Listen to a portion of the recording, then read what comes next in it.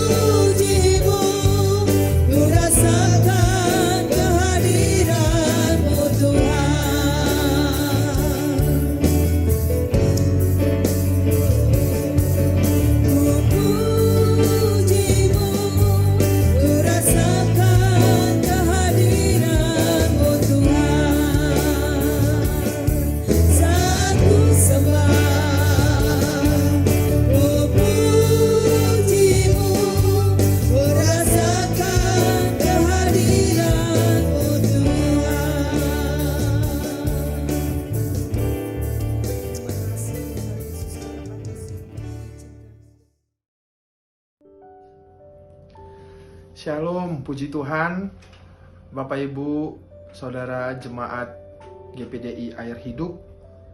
Kembali lagi saat ini kita mendengarkan firman Tuhan.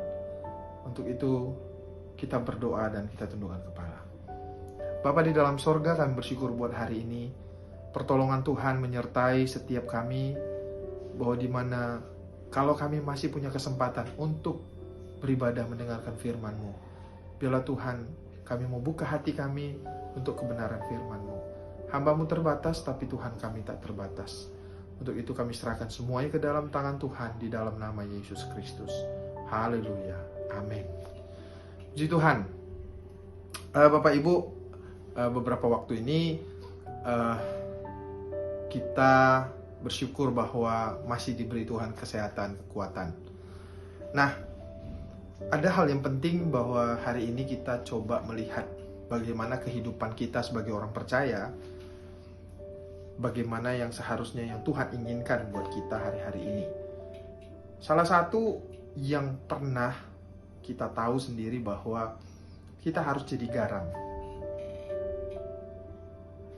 Bukan jadi garam saja, tetapi kita adalah garam dunia. Itu firman Tuhan. Jadi basically kita ini adalah garam dunia.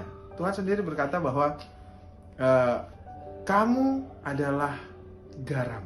Jadi bukan kamu harus jadi garam, tidak. Tapi kamu adalah garam. Nah, untuk itu membuat saya berpikir sesuatu yang menarik perhatian saya, bahwa wah, kalau kita ini garam, apa nih kegunaan garam dalam hidup kita? Apa kegunaan garam dalam Alkitab? Saya melihat di Ayub 6 ayat 6, Ayub 6 ayat 6, dikatakan di sana, kita baca bersama ya, Bapak Ibu, Ayub 6 ayat 6. Dikatakan di sana bahwa kalau makanan itu sudah tidak ada rasa lagi gitu ya. Dan lebih spesifik, dapatkah makanan tawar dimakan tanpa garam, atau apakah putih telur ada rasanya? Dapatkah makanan tawar dimakan tanpa garam? Jadi, yang pertama, kegunaan dari garam adalah memberi rasa ya pada makanan. Udah tahu ya, kita semua udah sering sih dengar ini. Tapi nanti kita akan jauh lebih melihat lebih dalam. Nah, kalau kita tahu bahwa garam untuk memberi rasa, ya. Nah, apa yang berikutnya yang dikatakan firman Tuhan tentang garam? Nah, ini menarik nih. Imamat 2 ayat yang ke-13. Imamat 2 ayat yang ke-13. Dikatakan di sana, dan tiap-tiap persembahanmu yang berupa korban sajian, haruslah kau bubuhi garam. Janganlah kau lalaikan garam perjanjian Allahmu dari korban sajianmu, beserta segala persembahanmu haruslah kau persembahkan garam. Wah, ternyata dalam persembahan itu ada garam. Garam. Kamu adalah garam dunia. Jadi kalau kita membawa persembahan, bukan hanya membawa persembahan, tapi garam itu dibawa dalam persembahan. Menarik bukan? Ini penting bagi kita, Bapak Ibu Jemaat, khususnya Jemaat GPDI Air Hidup. Ini coba kita renungkan sama-sama. Kamu adalah garam. Dalam membawa persembahan, dan tiap-tiap persembahanmu yang berupa korban sajian, haruslah kau bubuhi garam. Jadi bawa korban persembahan harus ada garam. Oke, mulai bisa merenungkan ya saat ini. Nah, mari kita lihat yang berikutnya. Apa kegunaan garam? Untuk mengesahkan perjanjian.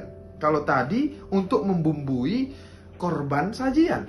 Nah, sekarang kita lihat bahwa garam untuk mengesahkan perjanjian. Di dalam Bilangan pasal yang ke-18 ayat yang ke-19.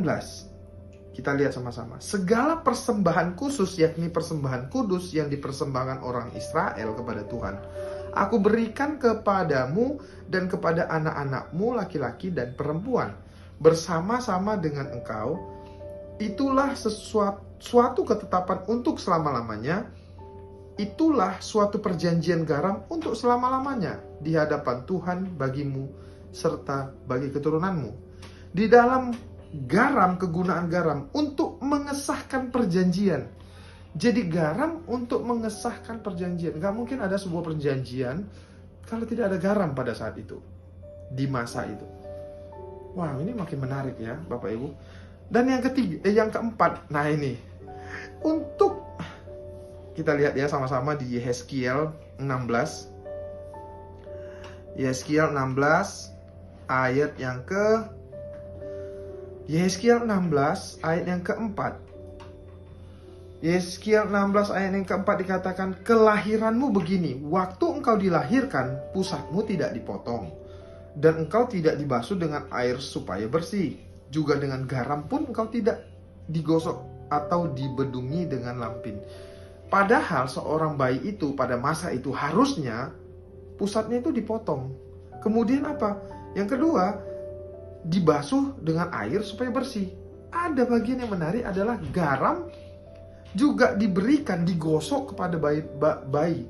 Kita tahu sendiri bahwa garam adalah antibakterial. Harus dimandikan di kulit bayi pada baru lahir. Itu dilakukan pada masa itu.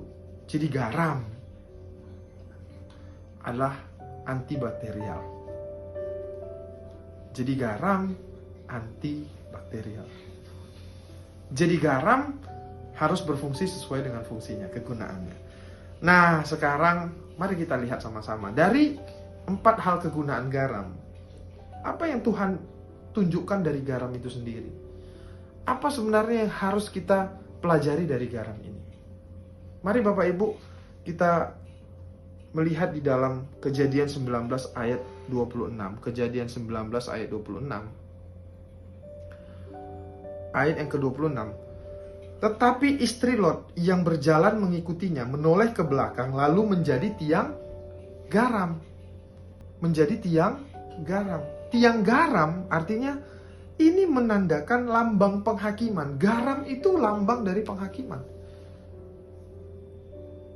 Jadi kalau melihat garam sebagai simbolis adalah lambang penghakiman. Nah Bapak Ibu yang dikasih oleh Tuhan, ternyata garam itu juga sebagai simbol penghakiman. Nah kemudian, simbol dari garam itu sendiri lagi apa?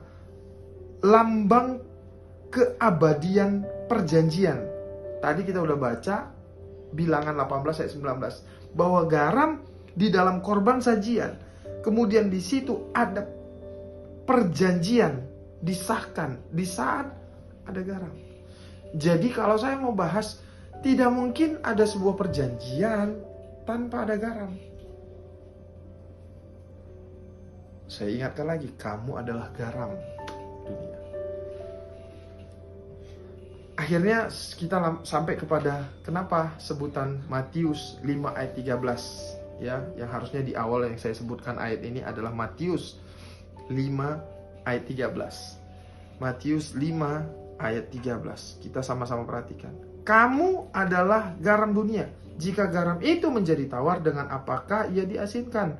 Tidak ada lagi gunanya selain dibuang dan diinjak orang.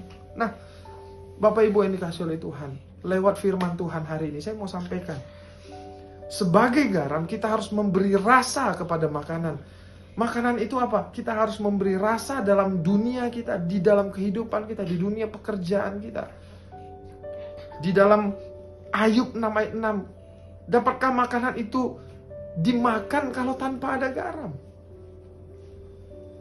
Bahwa hidup kita, kalau kita ada di dunia ini, kita harus bisa beradaptasi, kita harus bisa menyesuaikan diri, sehingga apa? Suasana, keadaan bisa indah, bisa itu ada damai sejahtera.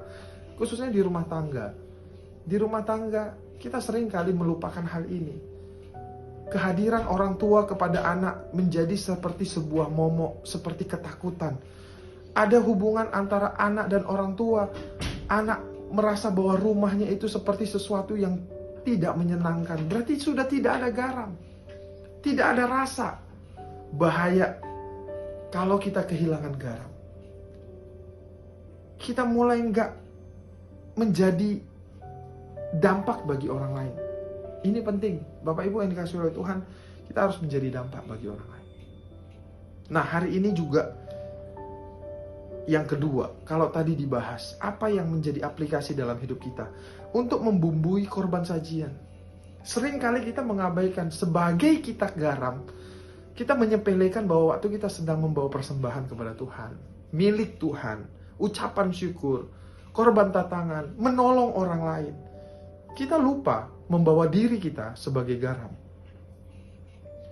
Bahkan dalam firman Tuhan katakan, harus kamu menyertai garam itu. Artinya, waktu kita memberi dengan hidup kita, segenap hati. Firman Tuhan katakan, kasihilah Tuhan Allahmu dengan segenap hatimu. Harus punya sesuatu yang beda. Garam yang Tuhan mau dari hidup kita adalah kita memiliki hati yang sepenuhnya waktu melakukan sesuatu. Waktu melayani sepenuh hati, waktu kita berkomunikasi orang nggak dikacangin gitu ya, maksudnya nggak dicuekin, serius. Kita jadi garam. Bawa garam itu. Waktu kita membawa persembahan milik Tuhan, jangan dititip-titip Bapak Ibu. Bawalah garam itu, datang dong kepada Tuhan. Datang persembahkan hidupmu untuk Tuhan. Nggak benar kalau kita misalnya kita menitip persembahan kita. Garam itu harus dibawa, dibubuhi garam. Seringkali persembahan kita sering menjadi sesuatu yang nggak menyenangkan hati Tuhan. Karena apa? Nggak ada garam di sana. Ingat korban Kain dan Habel. Kenapa yang harum di hadapan Tuhan? Kenapa saya nggak bahas ini terlalu jauh? Tetapi yang saya yakin, persembahan Habel memiliki hati yang penuh dengan segenap hati kepada Tuhan. Dia memiliki hati yang tertuju kepada Tuhan. Garam bicara soal hati kita yang tertuju kepada Tuhan. Hidup kita ini, kamu adalah garam. Kemudian, untuk mengesahkan perjanjian, bahwa kalau bicara tentang kita mau melestarikan garam, ya, kamu adalah garam dunia. Bagaimana melestarikan garam ini? Bahwa mengesahkan sebuah perjanjian tidak bisa hanya satu pihak, tapi ada pihak yang lain. Jadi garam selalu ada dalam mengesahkan sebuah perjanjian. Tuhan melibatkan kita dalam perjanjiannya, bahwa janji Tuhan buat kita ada hidup yang kekal. Siapa? Untuk siapa itu diberikan? Kepada kita. Makanya garam itu harus ada di saat perjanjian itu dilakukan. Bapak Ibu, kita adalah garam. Kita adalah garam. Kita bukan lagi menjadi garam dunia, tetapi kamu adalah garam. Biarlah firman Tuhan yang saya sampaikan hari ini menjadi kekuatan bagi kita. Kamu adalah garam. Memberi rasa, membawa diri kita. Jangan sampai kita menjadi garam yang akhirnya kita dihakimi. Lot, istri Lot menjadi tiang garam. Karena apa? Dia tidak mau taat kepada Tuhan. Kita hidup, kita mau taat kepada Tuhan. Kiranya Tuhan Yesus berkati kita. Puji Tuhan. Kita berdoa. Bapa dalam sorga, kami berdoa saat ini. Kami menikmati kehadiran-Mu di tengah-tengah kami. Dan saat ini Tuhan nyatakan kuasa-Mu bagi jemaat Tuhan. Kami mau belajar memberi dengan segenap hati, mengasihi dengan segenap hati, bahwa kami hidup sebagai garam dunia. Kami adalah garam dunia. Kamu adalah garam dunia. Dan Tuhan menolong kami untuk menjadi garam dimanapun kami berada. Terpujilah nama-Mu Bapa, berkati setiap umat-Mu. Berikan hati yang penuh, hati yang mengasihi kepada Tuhan. Tuhan Yesus memberkati kami semua. Di dalam nama Tuhan Yesus Kristus kami berdoa bersyukur. Haleluya. Amin. God bless you.